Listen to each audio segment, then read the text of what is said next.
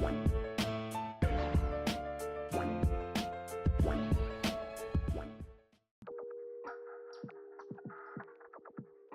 is up, everybody? Welcome back to Blerded Out. Now, One Piece is on break. 1143, I believe, is coming out next week, so we don't have a chapter to discuss today. So in turn, it's going to be a short episode. I was debating doing a break, but I decided that I actually want to talk about Invincible because the finale just aired. I've watched all of it, and I got some opinions on how this season went.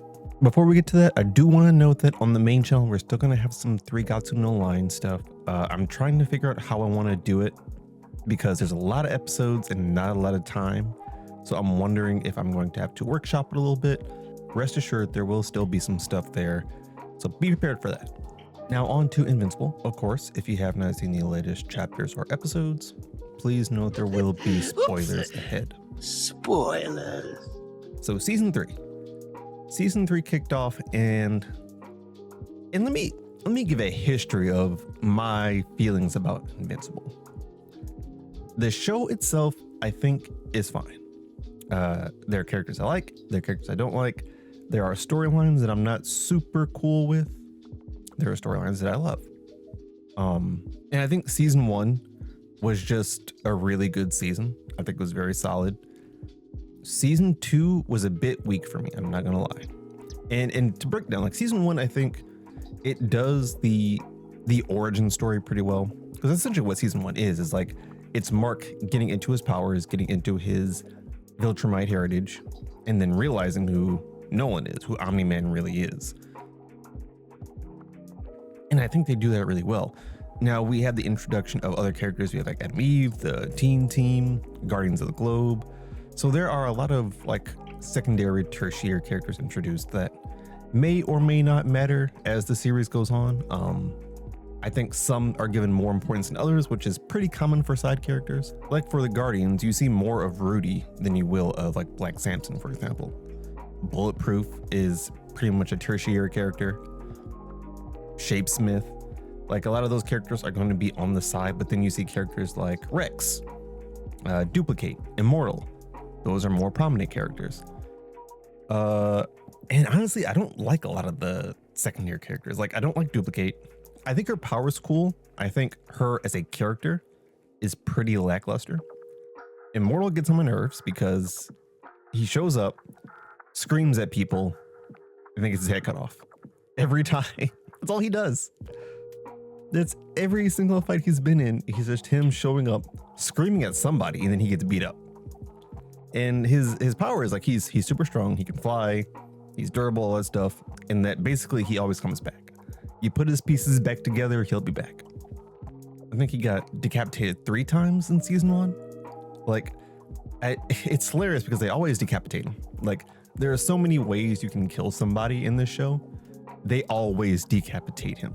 And then at the end, Cecil just glues his head back on. And he's back. So Immortal is not my favorite character. I really dislike Immortal. I wish he actually did something. The most he has going for him is that he's married to Duplicate, who also, she seems like just a bad character. So you know what? They can have each other. Rudy and or Robot, however you want to refer to him. I will not be calling him Rex because that's really weird. Like, that concept in itself is so weird. Why would he take up Rex's name after he took his body and then have people call him Rex? Like, it goes past an homage and it gets to replacement. And I do not like that at all.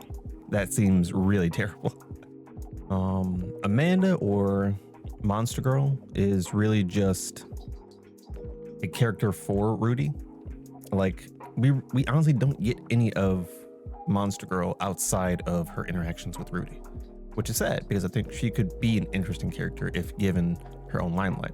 I think in the first season, they did a pretty good job kind of establishing her as her own character. As the seasons progress, she just becomes attached to Rudy. Like, her storyline is very linked with Rudy's. And I guess you can say the other way, Rudy's storyline is linked with her, but I would say that he leads that storyline. Like, she's kind of just there for the ride. Ray has a pretty big backseat until season 3. You see her power's cool. She seems like a cool character. They do not utilize her until she starts interacting more with Rex. Then she comes to the front. And speaking of Rex, I think Rex is probably the best character in the show as far as like a character that actually develops and changes over the course of the seasons. Because Rex starts off as completely unlikable, absolutely trash human. And in the first season, he kind of just stays that way. By the time the second season comes around, you can see a change in him. And actually, even though I think about it, I think in the first season, he has signs that he can be a good human being. Like, he starts off really bad. Like, he cheats on Adam. He's talking trash about, Mark. He's not very nice to duplicate. Like, he's sleeping around. He's clearly not the greatest person. But there are hints of him being like a bit more respectful than he lets on. Season 2 kind of works on that a little bit, where he's less of like this womanizer type beat.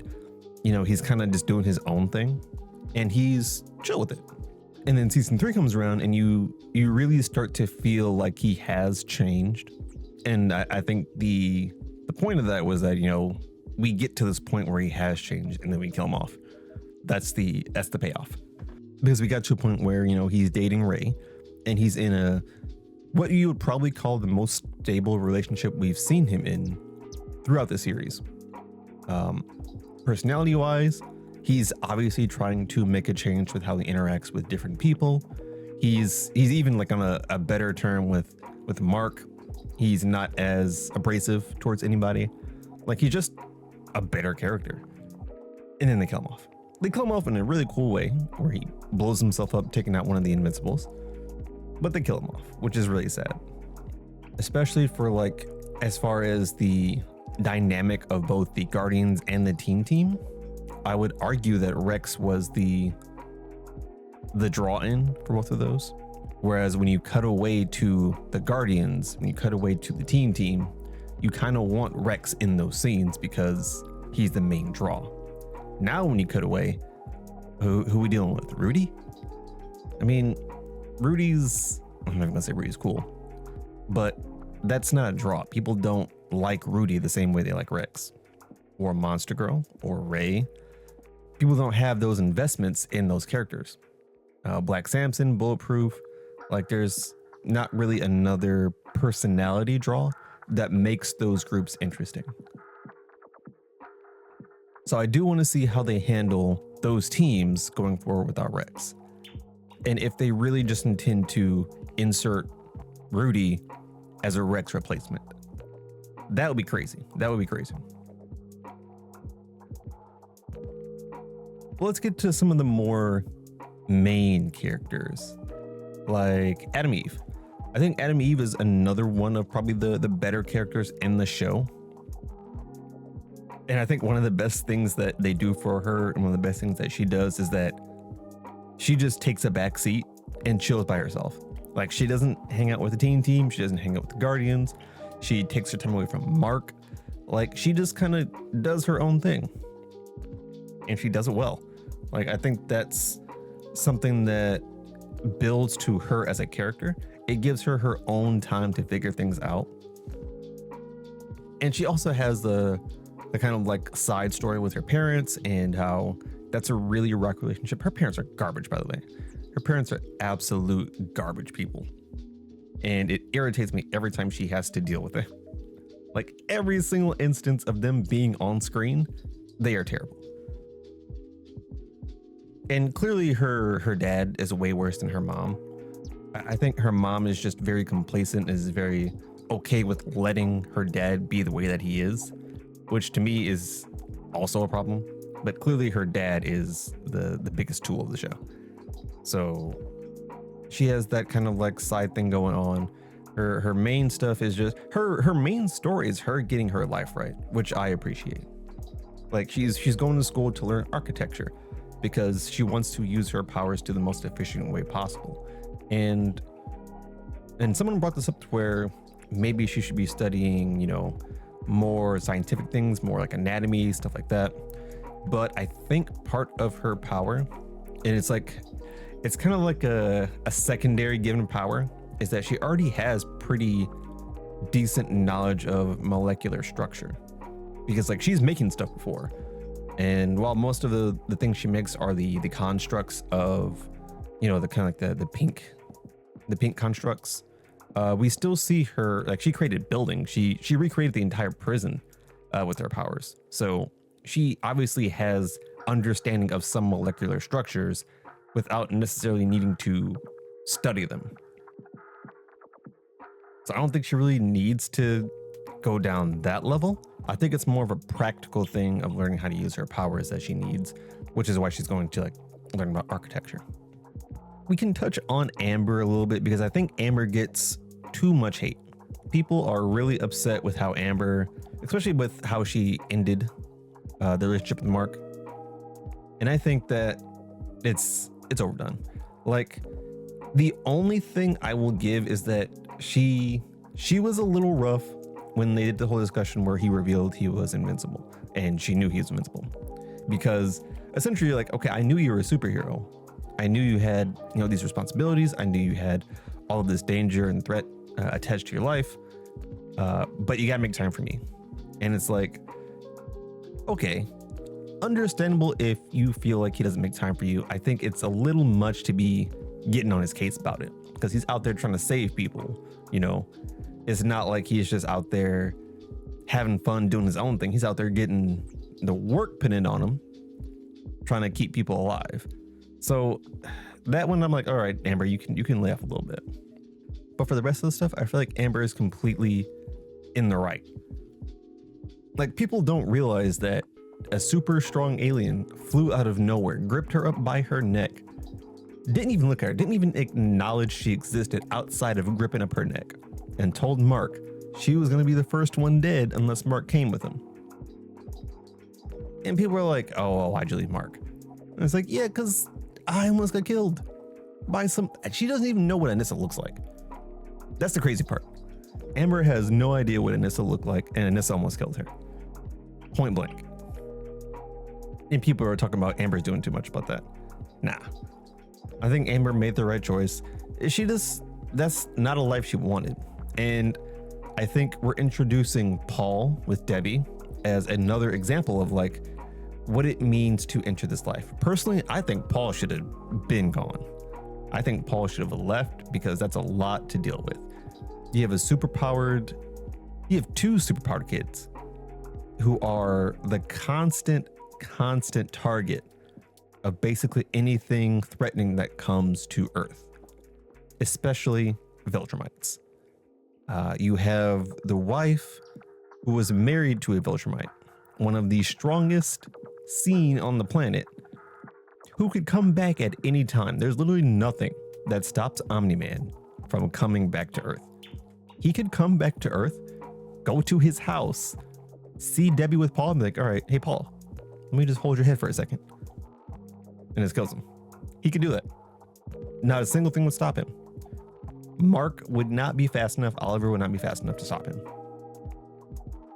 And they both kind of suck. So do with that what you will.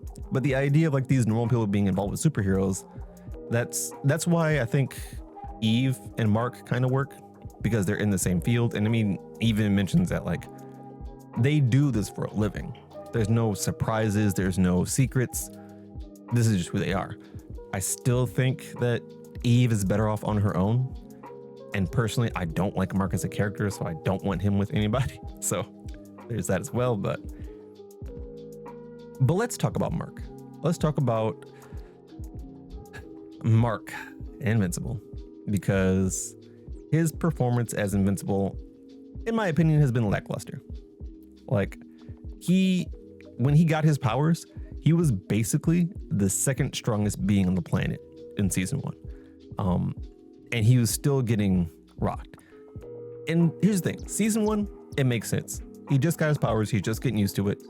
he's still not a combatant. So you're given like, it's like you start a game at level 100.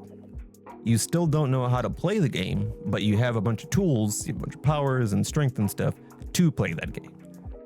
That's what he was in season 1. Season 2, you've had some time to get better, but you're still getting roughed up. You're still making like silly mistakes. You're still not thinking things through.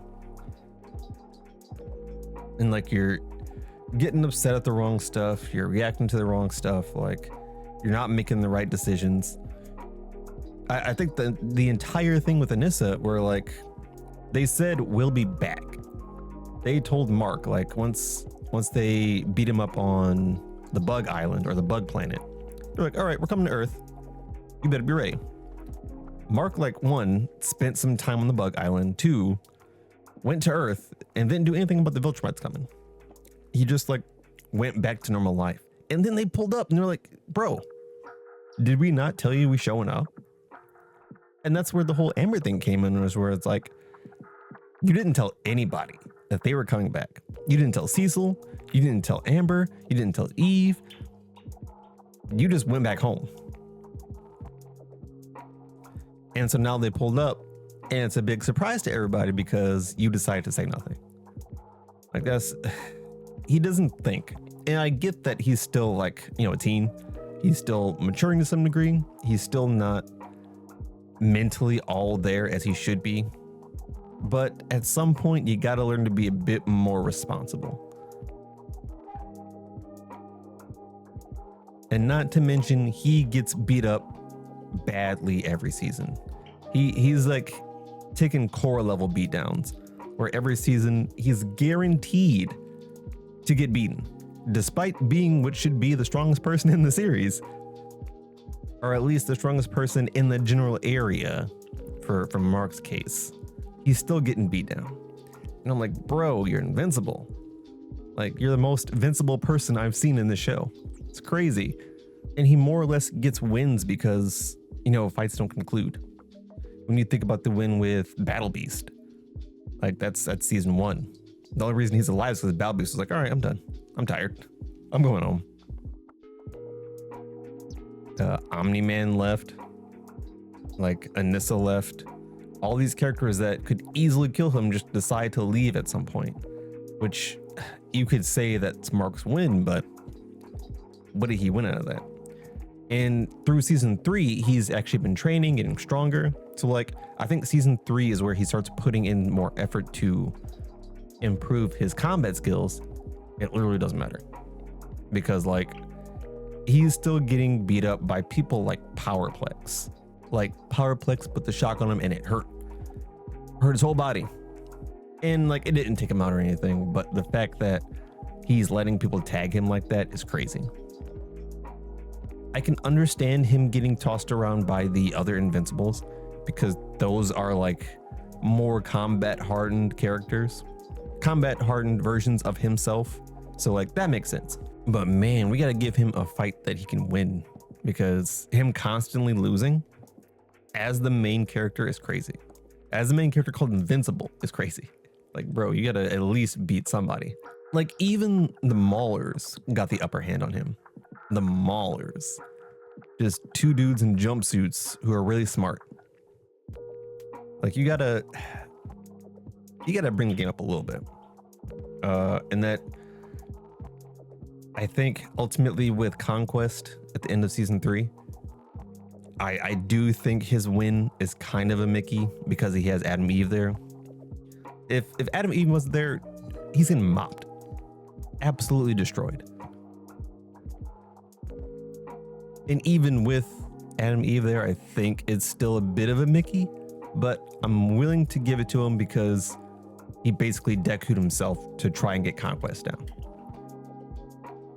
Like, all legs broken, all arms broken, just bones inside all shattered, body looking like a bag of chips. I'll give it to him. I'll give it to him. There's also the case of Oliver, who is Omni-Man's other kid.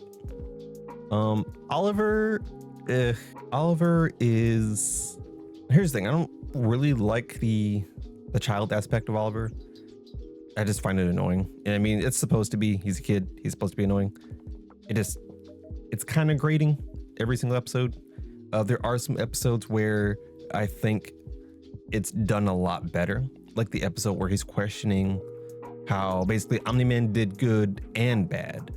So why doesn't he get credit for both of those? And kind of thoughts like that, where Oliver is clearly thinking on a higher level than just being a kid, but he doesn't get the actual answers he's looking for because no one has those answers. But there are other times where he's just like a hot-headed, hot-blooded kid, and he rushes into danger, even though people tell him time and time again, don't do this. They ask him to listen, he just doesn't listen. It's just a repetitive thing where he says, I'll listen, and then he doesn't. And I'm like, okay, well, cool. Glad we had that long discussion about how you need to listen, how you need to be there, how you need to do this and do that, and then you ignore it every time. And I mean, even in the show, it gets to the point where they just stop telling him to do that outright because they know he's going to go anyway. And it's like, okay, do this and that. It's funny because with Conquest, Debbie says, keep moving, stay at arm's reach, don't get grabbed, things like that. The first thing he does is charge straight in towards Conquest. No fancy moves, no zigzags, just charges straight in. Then he gets grabbed. He gets slapped into the ground so hard that it basically puts him out of commission. One slap is done, and then he gets grabbed. I think as a character who I would say ages much faster because of his bug lineage, I think he's going to mature at some point, probably within the next season or so. I am over Child Oliver. I would like him to be a bit more adult. Now, as far as, and I could talk about Omni-Man a little bit. I think he's taking a backseat as a character. I really like Omni-Man. Part of it is biased because I like J.K. Simmons, and any role he's in, I'm a fan of. I think Omni-Man is an interesting character as far as like being a defector of the Viltrumites. He's kind of like, he's like the really aggressive Optimus Prime Viltrumite. Clearly he was like, it's like a mental thing, right? He was raised to be a certain way, and so he's kind of stuck in that mentality. But going to Earth and going to the bug planet, he's had the chance to experience something different. And you can see in season 2 that he's fighting with that really hard, where it's like he can't mentally comprehend what it's like to love. Like he doesn't understand what it's like to have these feelings because they were basically trained out of him. So I like that character arc where we're exploring his ability to learn these different emotions, learning these different feelings like empathy, sympathy. Like he's becoming a different character than he was. He's struggling to do it. I'll give him that. He's struggling, but he's still doing it. And so I want to see where that pays off to. Now to talk a bit more about like just season 3 in general, because that's where we're at right now. I think season 3, it had its ups and downs. I think for the most part, my favorite parts are probably the finale, Titan and Machine Head, and the Invincible War. I would say the earlier stuff I'm not super hyped about. Mark was really getting on my nerves with the whole, because there's the entire Mark and Cecil thing where it's like, whose side are you on? And I'm clearly on Cecil's side, because not only is Mark a threat to the planet, but Mark is in that stage where he's like just having tantrums. Like one of the things he does is he storms the Pentagon and just starts ripping through machines, no questions asked. And obviously, like Cecil is trying to not be the aggressor. I think it makes sense that Cecil is trying to put his foot down on what Mark does because he's a Viltrumite. And Cecil knows what happens when a Viltrumite wants, more destruction. They get it. There's no stopping it. They have nothing in their arsenal to stop it. They can only slow it down. So Cecil is like acting in the best interest. I think Cecil does make some mistakes. I'm not going to say Cecil's perfect. He antagonizes Mark a little bit too much. And that's something that as an adult, you have to understand with someone who's young. Like, I'm not going to say Mark is a kid, but he's a teen, and having an adult antagonize you is always going to end up badly. because that teen feels like they're being disrespected and they're going to react accordingly. So I think Cecil did not do himself any favors by antagonizing Mark. But I understand why Cecil was being as defensive as he was. I think Mark, to some degree, and I keep saying that he's a teen, he's a kid, and that he's not feeling mature yet. I want him to have some kind of clarity toward the point where it's like, yes, I understand. You're still young. You've got a lot of power. You've got a lot of control over what happens in this world. You might have to mature a bit faster than the average teen. Like, you just might have to. There's no getting around it.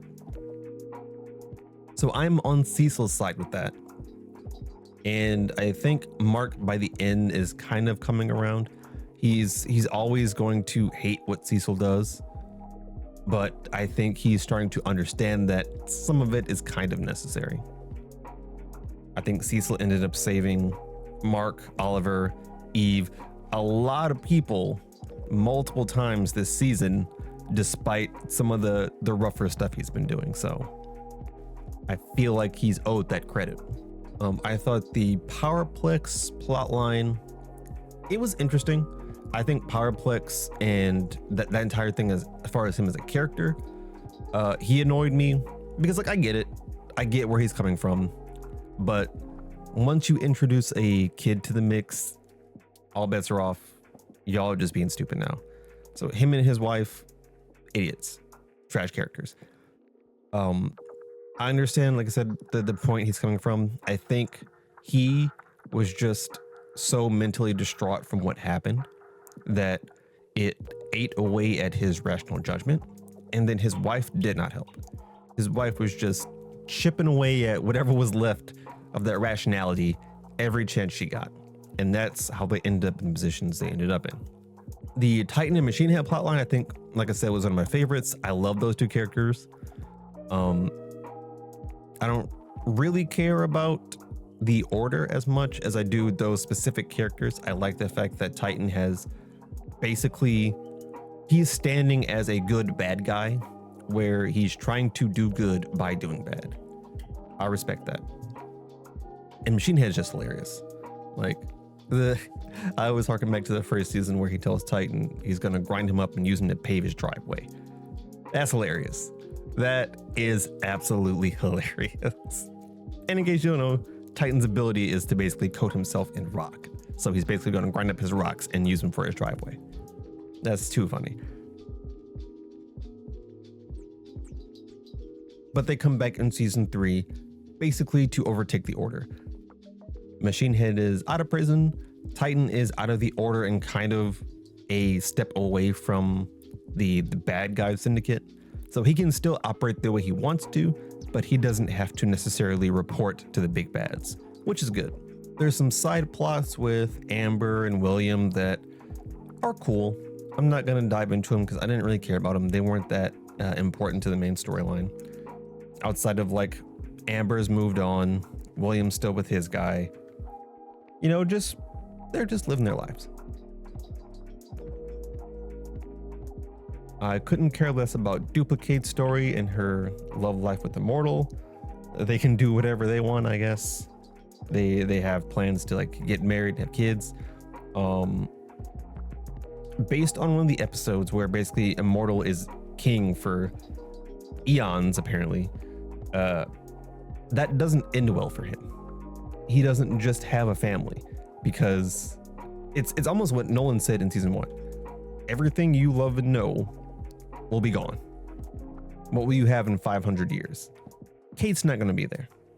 Whoever, their kids are not going to be there. So I don't know what Immortal is thinking at this point in time.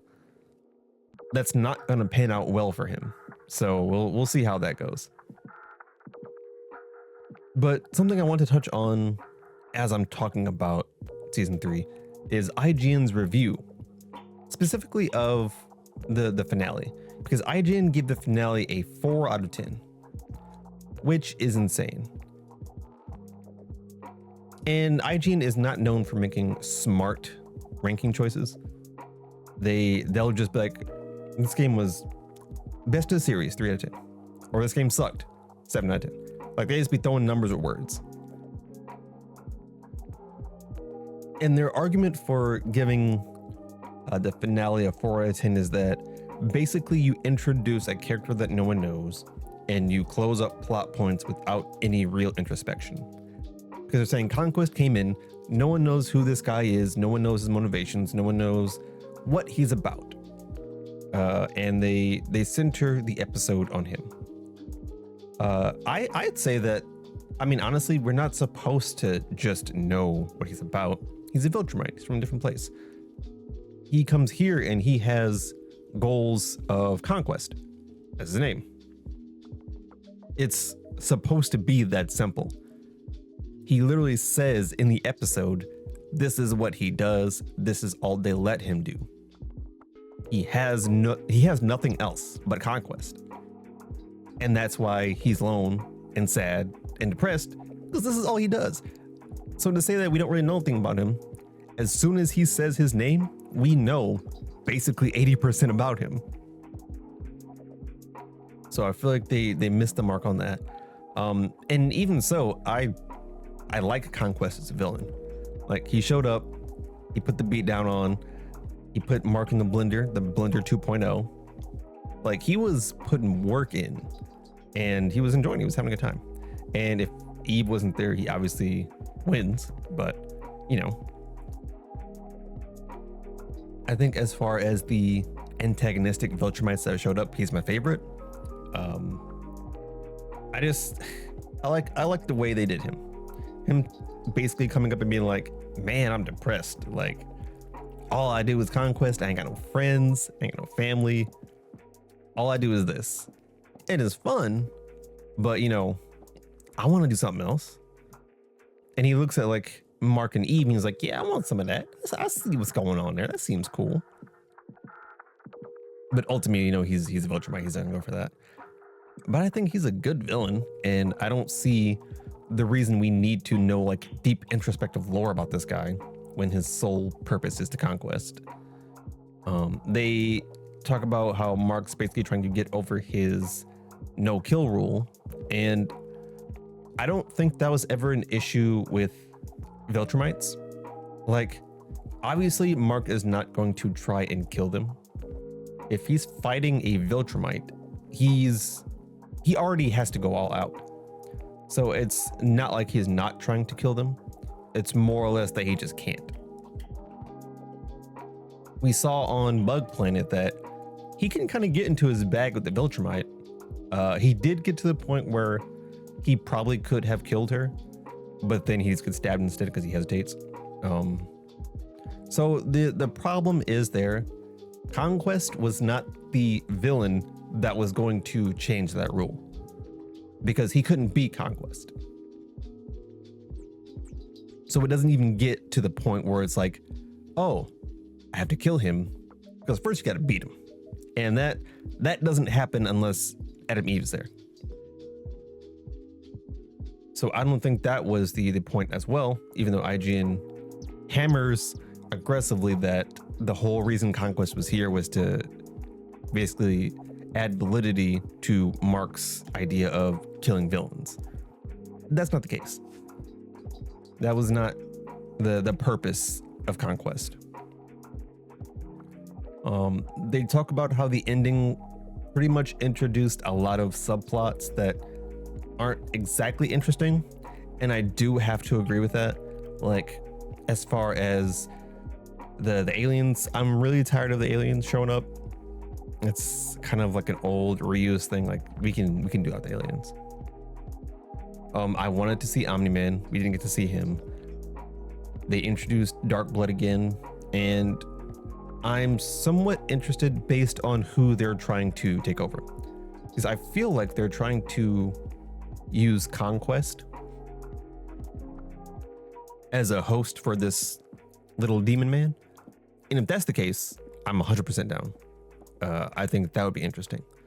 Otherwise, I'm not super interested in that storyline as well. So it's like, as far as like that part of the ending goes, I can see the issue where it's like, okay, they didn't really give us anything to be hyped up about. They kind of just gave us leads and they're like, yeah, this stuff's coming up next, but they're not really leads we're interested in. They also had some complaints about the funeral, which I also agree with. I think that funeral was made for Rex. It turned into like so many different things that weren't about Rex. It turned into Rudy taking over Rex's life, which I still think is a terrible decision. It turned into Mark and Eve basically going over again if they're still alive, which is fine, just not here, somewhere else. Give Rex his moments. We barely get any of Ray since Rex exploded. Like, we've really only gotten muffled reaction noises from Ray since that episode. And it doesn't really seem like we get a lot from the rest of the team as well. Like, Rex dying gets mentioned, doesn't get a lot of credit, doesn't get a lot of screen time, doesn't get a lot of reaction time. I think we need to focus more on that. It quickly went back to being the Invincible show after Rex died. If I had to give the finale something, it'd probably be closer to a 7. I think Conquest was done perfect. The ending after Conquest could use some work. There are some storylines that could have been wrapped up better. There are some moments that could have been wrapped up better. Overall, I thought it was enjoyable. And I was, like I said, I was having a rough time getting through the season. I think some things were really dull. Some things were cool. It wasn't like a smooth season. I think this was a strong ending. So I think a 4 out of 10 is out of pocket. That makes no sense. 7 at the lowest. 7 at the lowest. I would be willing to go up to like an 8.5. But a 4 is just crazy. But yeah, let me know what you guys thought down below. That's going to do it for this episode. I just thought I'd talk about Invincible because I didn't do any like reactionary stuff to it previously, but it is one of the series that I've been keeping up with weekly, so I figured I'd talk about it a little bit. And I saw the IGN review and I was just like, all right, we gotta discuss some things. But yeah, I will catch you guys next week. We'll have the new chapter and we'll probably talk about itchy and seasonals, things like that. See you next time. Peace.